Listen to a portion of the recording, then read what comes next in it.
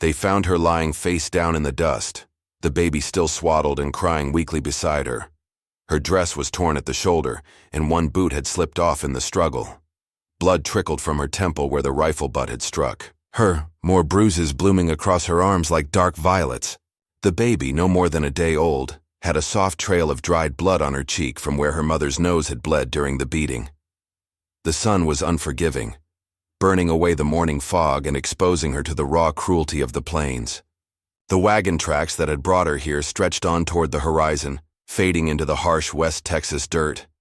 And behind her, the ranch house where she'd once been a wife, now just a silhouette in the shimmering heat. No one was coming back, they'd made that clear, but the eyes watching from the ridge above, dark, steady, and ancient, had seen everything. And where others turned away, he rode down. He didn't speak when he reached her. He only dismounted, lifted the baby first, then the mother, and carried them both across the dry earth like they were his own blood. That was the day the Comanche chief claimed a beaten woman and her daughter, and changed all their fates. Subscribe now, because tomorrow's story will haunt you even deeper. You'll need it. But before that, let me take you to the day it all began.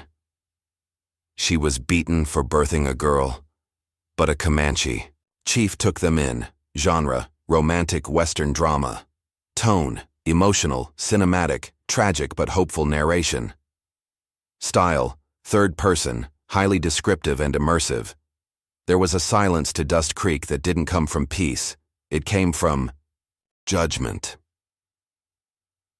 The town sat low in a cradle of dry hills, all red dirt and wind-polished fences. Dust gathered in the corners of every porch, in the folds of dresses, in the creases of tired eyes.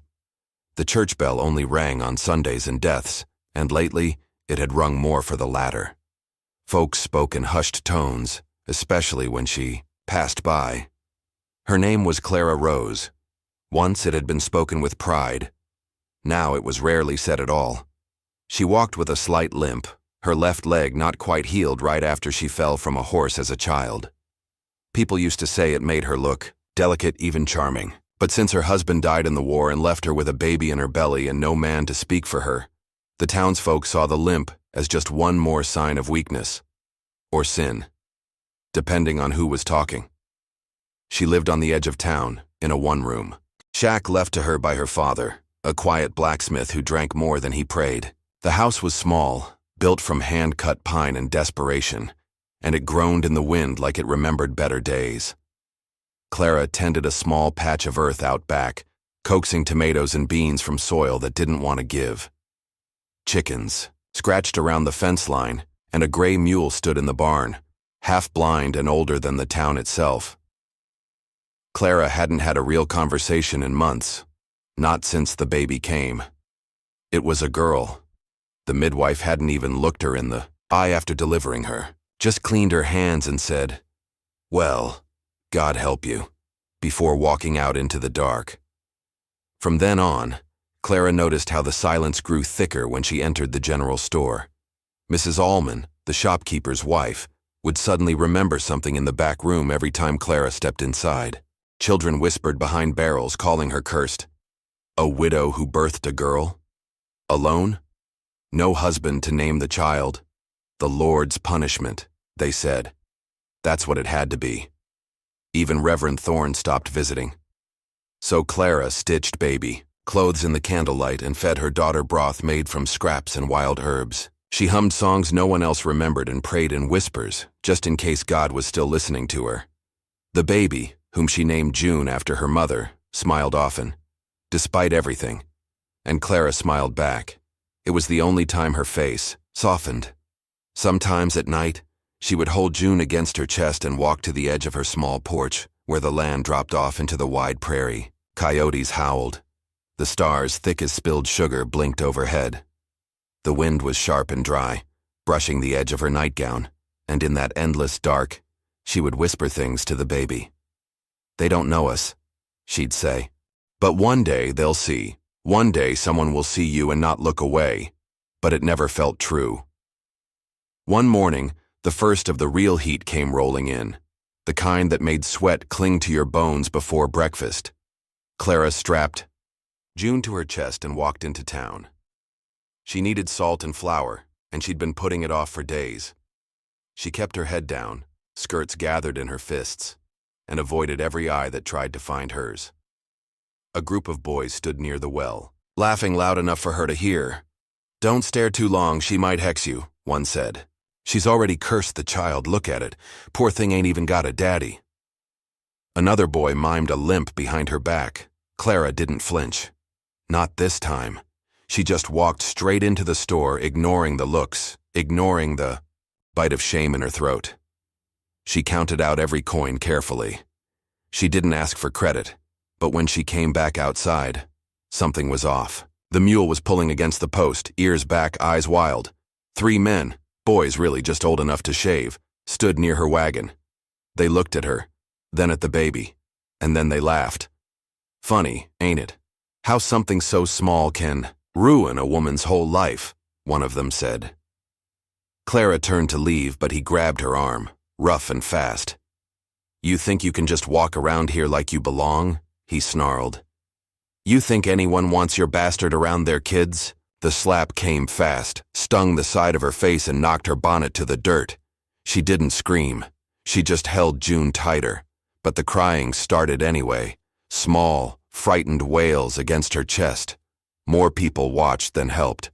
One man spat in the dirt and muttered, told her not to come back here. She gathered her bag, her bonnet, and climbed into the wagon with shaking hands. The mule pulled them home in silence. That night, under the candlelight, Clara sat beside the cradle and traced the curve of her baby's ear. "They don't want us here," she whispered. "But I swear, my girl, one day, we'll find a place. That does." The candle flickered, casting long shadows across the floor. Outside, the wind shifted direction, carrying something new on the air. Smoke, horses, and a smell she couldn't quite place. But it wasn't from Dust Creek. It was coming from the wild beyond. If this is breaking your heart already, you haven't seen the worst yet. Tap subscribe. I've got another truth waiting for you tomorrow. The next morning, the wind felt different. It moved like a whisper through the cottonwoods near the creek, rustling leaves that hadn't spoken in weeks. The chickens were restless, and even the mule lifted its head like it sensed something out there in the wide, unforgiving land. Clara stood barefoot on the porch, June swaddled against her chest. Her cheek still bore the faint red mark from yesterday's slap, but she didn't touch it. She just watched the horizon as if it might bring her a sign, and it did. A figure on horseback moved across the prairie, slow and certain, like he belonged to it. He wasn't in uniform, nor in a town man's suit. He wore leather, worn but clean, and his long black hair was tied back in a low braid. A rifle sat across his back, and feathers danced from the reins of his horse. He didn't rush. He didn't raise dust. And when he reached the edge of her property, he stopped, just far enough to be respectful, just close enough to be noticed. Clara stiffened. She'd heard the rumors, Comanche sightings, whispers of raids, stories traded in gasps over church pews. The same people who called her cursed would say this was proof, but the man didn't threaten her. He dismounted without a word and dropped to one knee, not to pray, but to touch the earth. His fingers moved through the dust, slow and careful, before he looked up at her, dark eyes, steady, old, not in years but in something deeper. Clara didn't speak. She didn't move. He rose, nodded once, and turned to leave. It wasn't until he was nearly out of sight that she realized she'd been holding her breath. The next time she saw him, it was near the creek. She'd taken June out to wash clothes, the baby cradled in a woven basket, while Clara scrubbed at the fabric with aching hands. The water was cold even in spring, and her fingers had gone numb when she saw him again. This time he was on foot. He didn't come close, just stood on the opposite bank, watching her. Clara kept working. She didn't look up, but after a long silence, she heard it. "You scrub like you hate the cloth." His voice was deep, low, and carried a strange softness. Clara looked up sharply. It was the first time someone had spoken to her without pity or poison. She blinked. Maybe I do. He said nothing more. Just gave a small, knowing smile and walked back into the trees. From then on, she saw him more often. At a distance, sometimes at dawn, sometimes at dusk, always watching, never intruding. It was weeks before she learned his name, Chief Tocho, son of Running Horse, a Comanche leader who had once made treaties with the army and then broke them when the treaties betrayed his people. He was feared, revered, and most of all misunderstood. But Clara didn't fear him, not the way others did. One day, when the wind turned hot again and thunder rolled across the far mountains, she found him waiting near her barn. June had a fever, and Clara's nerves were thin. She didn't have the strength for questions. Tocho didn't offer any. He simply stepped forward and handed her something, a bundle of wild sage and ground willow bark. For the child, he said, "Boil it, not too long." She stared at him. "Why are you helping me?" His expression didn't change. Because no one else is. What if someone saw you for who you are, not what you carry? Subscribe. One day, that story might be yours too. The townsfolk noticed. Whispers turned to mutterings, mutterings, to accusations. "That Injun's been sniffing around the widow's place," one man spat at the saloon. "I always said she was strange. Maybe she's one of them." Next thing you know, she'll be marrying into a tribe and raising that girl to scalp us in our sleep. Clara felt the stares more than she heard the words. They came heavy, like storms just out of sight. One afternoon, Reverend Thorne himself came to her porch. He didn't sit. Clara rose. "I fear you're walking into sin's open arms." She met his gaze with a calmness she didn't feel. "I fear I've walked through worse." He left without blessing her, but Tocho kept coming. Not daily, not predictably. Like the wind, present when needed, gone when not. He brought her wood when hers ran low, herbs when June's cough deepened, stories sometimes, in broken English, about rivers that ran red with buffalo, of stars that told the names of ancestors. They didn't touch, not once. But she started leaving out a second cup of coffee on the porch railing. Some mornings it was gone, empty and warm. Other mornings, untouched, but beside it a feather or a stone shaped like a heart. She didn't know what to call what they were building. It wasn't romance, not yet. It was something more fragile, like lighting a candle in a windstorm and hoping it held. But inside her, a flicker returned. She sang to June louder. She brushed her own hair again. She started sewing dresses from scraps not for survival but for beauty. Something in her was waking, something in him already had. It was near the end of spring when the betrayal came. The land was greening in patches, the prairie waking from winter like a wounded animal unsure of trust. Clara had begun to hope, just a little. She smiled more. She'd started building a small fence around the bean patch. Tocho had brought her cedar posts, and they worked on them together in long, quiet afternoons, sometimes without a single word. But Dust Creek doesn't forgive what it doesn't understand. It started with a child's lie. A boy from town, Clem Allman's youngest, had seen Tocho ride past Clara's home at dusk. The boy told his father he saw the Comanche man holding the baby, rocking her, kissing Clara's hand. By the time the rumor reached the sheriff, it had turned into something far more dangerous. "He's got her under some kind of savage spell," Mrs. Allman hissed at the church steps. "She's giving the child to them, selling her for feathers and magic," someone else said. "They'll breed the next generation of outlaws and raiders right under our noses." It was decided without her presence that the town needed to intervene. They came at dawn, 3 men, armed and righteous. Clara was still half asleep. June nestled against her chest when the front door was kicked open and slammed against the wall. She screamed before she even saw them. The sheriff was first through, face hard and flushed. "You're coming with us." Clara backed away, shielding June with her arms. What are you doing?" "Harboring a known savage, endangering your child. You think we don't see what's been going on? I've done nothing wrong. Don't lie." The youngest deputy, Tom Haver stepped forward, grabbing her by the arm so hard it left a bruise instantly. "We know he's been here. We know he touched the baby. He helped us. He brought medicine when June was sick." They ignored her.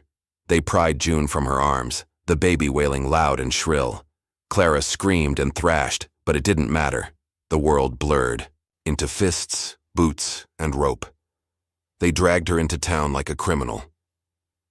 The townsfolk gathered fast. Word traveled quicker than wildfire when it carried blood and scandal.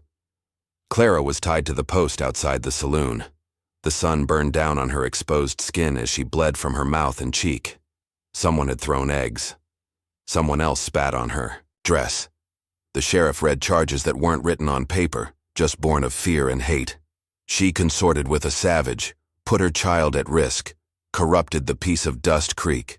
No trial, no defense, only shame. June had been taken to the Reverend's wife, who clutched the infant like she might catch a sickness from her. Clara, lips swollen and vision blurred, lowered her head. Maybe they were right. Maybe she was cursed. Maybe her love, her trust, was poison. That night, long after the crowd scattered, she was locked in the old jailhouse, alone with a tin cup and splinters for company. She tried to sleep, but all she saw was June, arms outstretched, crying. Something inside her cracked. By morning, Clara was gone. She'd broken the latch with a rusted rod, stolen a mule from behind the stable, and ridden north toward the ridge.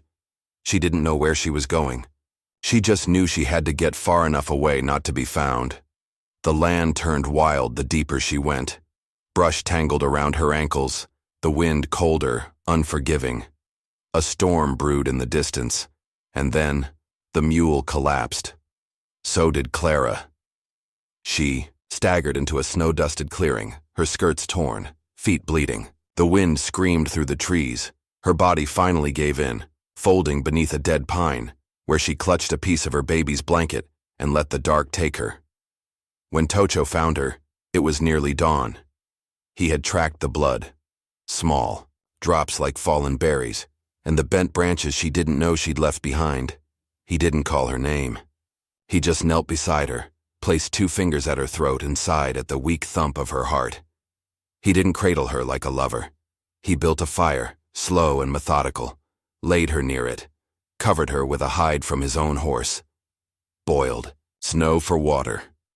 When she finally stirred, she didn't open her eyes. She just whispered, "I lost her." Tocho didn't say, "We'll get her back." He didn't make promises. He just placed his hand in hers, rough fingers closing around her fragile ones. "I'm here," he said. That was all. It was more than enough. She healed slowly in his camp. It was hidden in the hills beyond the edge of white man's maps. He showed her how to crush yarrow for fever, how to boil bark for strength, how to listen to the forest when it whispered danger. They spoke little, but the silence between them was no longer hollow. It was safe. At night, he tended the fire while she hummed lullabies to the blanket she still held. "She's not gone," he said once without looking up. "Only misplaced." Clara laughed bitterly. "I'm a disgrace, a widow, a beggar, a fool who thought someone like you." He stopped her with a look. "I saw you before they saw you. Not the limp, not the shame. You held your child like she was holy. Even when you were burning." A tear traced down her cheek. "Why me?" Tocho looked into the fire. "Because the ones who survive the most don't always believe they deserve to be saved. They thought she was broken, but someone saw gold in the ashes. Subscribe. I promise you, tomorrow's story will prove love still lives out here." Spring bled into summer with an ache in the sky. Rain came rarely, but when it did, it soaked everything. The soil, the bones, the unspoken dreams that clung like moss to the edges of their hearts. Clara stayed. She could have gone back. She knew that, but back meant silence, shame, and a baby in someone else's arms. So she stayed in the hollow beyond the ridge, where Tocho's people once camped before the treaties cut them out of their own land. There, they started again. He built her, a roof first from pine logs and hand-carved beams, The walls went up slow because he insisted they do it right. "Strong bones don't fall," he said, pressing her palm against the wood. "Not even in storms." They cleared brush for a corral, raised chickens, caught 2 wild mustangs, and gentled them with patience instead of ropes. Clara learned to ride again. Not side saddle, but properly, legs straddling the saddle like freedom. Her limp didn't stop her, not with Tocho there, holding her waist when she lost balance, laughing gently when she cursed at the wind. One night, as the sky swirled with red and gold behind the cottonwoods, Clara placed her hand on the post of the new fence. It was rough, unfinished. So was she. But together, they were building something that no sheriff, no town, no preacher could take. Then came the letter. A writer from Dust Creek, a young girl, no older than 13, who found their camp and handed Clara a folded page with trembling fingers. The Reverend's wife had written it in haste. "Come. The child is sick, burning with fever. They say she cries for her mother in her sleep. I write this without approval. Forgive me, but I fear God more than men." Clara's hands shook. "I have to go." Tocho didn't argue. He only packed a saddlebag, handed her dried herbs and river bark. "I'll ride with you." Clara paused. "They'll kill you if they see you again." He met her eyes. "Then we ride at night." They reached the town by moonlight, ghosts in the sagebrush. They didn't approach the main road. Tocho led her behind the church, through the orchard fence, where the trees grew crooked and wild. From there, Clara slipped through the back door of the parsonage. She found June on a thin mattress, pale, sweating, her little fists curled like wilted petals. Clara crumbled. "My baby, oh my baby." She held June close, while Tocho prepared a tea in silence. The Reverend's wife watched, lips trembling, her hands wringing an old kerchief. "Some things are bigger than rules," the woman whispered. "I don't care what they say. No child should die of loneliness." Tocho cooled the tea with his breath before letting it touch June's lips. The baby whimpered once, then quieted. Not from silence, but peace. They stayed till dawn. By morning, the town knew, not from words, but from torches. The sheriff led them this time, armed with fire and fury, riding hard toward the parsonage. "We gave you warnings," he spat. "And you brought him back? That savage?" Clara stepped in front of Tocho. "He saved her. Again. He tainted her." "No," she said. "You did." She didn't tremble this time. Her voice came from somewhere new, somewhere rebuilt. "I let you beat me. I let you shame me. But I will not let you steal my child's life." Tocho moved beside her, quiet as ever, a wall of earth and storm. The sheriff raised his rifle. Tocho didn't flinch. "I will not hurt you," he said. "But I won't let you hurt her either." And maybe it was the calm in his voice. Maybe it was the baby's soft, sleeping breath. But the crowd hesitated, and for the first time Clara saw it. Fear, not of Tocho, but of change, because nothing threatens the old like something pure refusing to break. You've come this far with her. You felt that, didn't you? Subscribe, and I want you to meet someone else tomorrow, someone just as forgotten. They didn't stay in Dust Creek after that, but they weren't chased either. They rode out under the same sky, now streaked with firelight and hope. They returned to the camp beyond the ridge, 3 now, not 2. And together, they built more. A porch for slow evenings, a paddock for colts, a hearth for stories and winter songs. One night, under a sky so clear it looked like spilled salt, Clara leaned against Tocho and whispered, "What if they come again?" He placed her hand on his heart. Then we faced them, with roots this time, with fire.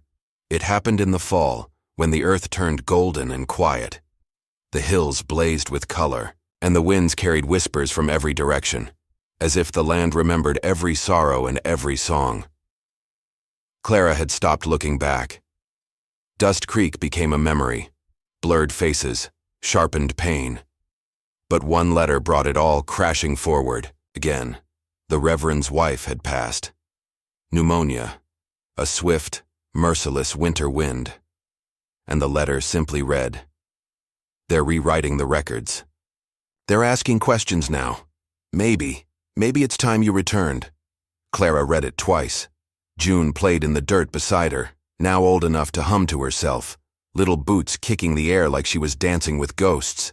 Tocho was mending a saddle near the barn.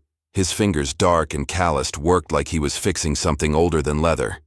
"I want to go back," Clara said. He didn't look up. "Then we go." She smiled. "Even after everything?" He paused. "You're not going to prove anything to them?" "No," she said softly. "I just want them to see her." They arrived on a Sunday morning, just as the town bell rang. Church let out with the usual shuffle. Hats adjusted, gossip waiting to be spoken behind closed doors. But that morning, every head turned, because Clara was there, walking beside a Comanche man, holding a little girl who looked like light and earth, like both of them and neither. She didn't speak. Not yet. She just stood in the square, as if the years hadn't folded her into a different world. Whispers began. The sheriff leaned against the post. "Back to stir things up again?" he said, not unkindly, but not warmly either. Clara stepped forward, placed June down gently. The child looked around, wide-eyed, but unafraid. "I didn't come for you," Clara said. "I came for her." Tocho stood beside her, hands loose, posture calm. The Reverend's new wife stepped forward, young, nervous. But she looked at June, like something holy. "I heard what you did. For her. For the child," she said to Clara, then turned to Tocho. "And for Dust Creek, when no one would." A silence fell. And then, like snow melting from a rooftop, the first nod came. Then another. Someone offered bread. Someone else muttered an apology they didn't know how to make whole. The sheriff stepped forward, unsure, but lowered his eyes. "We were wrong." Clara blinked back tears. "I know."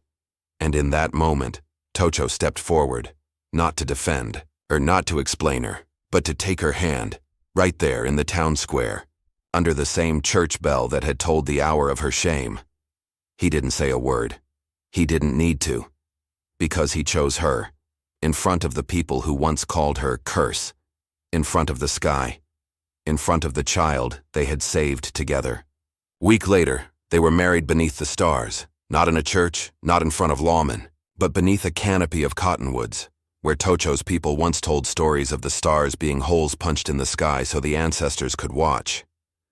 Clara wore no veil, no white, just a soft blue dress and a flower June had tucked into her. Herr Tocho wore the same shirt he built her fence in. Their vows were few, just hands held, eyes locked, breath shared, and then silence, the kind that said everything. Later, as they watched June chase fireflies near the creek, Tocho whispered, "You're not who they made you out to be." Clara turned to him, her fingers resting over his. "And you're not what they feared." He looked up at the stars. "They can write what they want, but out here, you write with how you live." She leaned against his shoulder. "Then let's write something good." She was never a curse. She was someone's miracle all along. Subscribe, and let me introduce you to the next miracle tomorrow.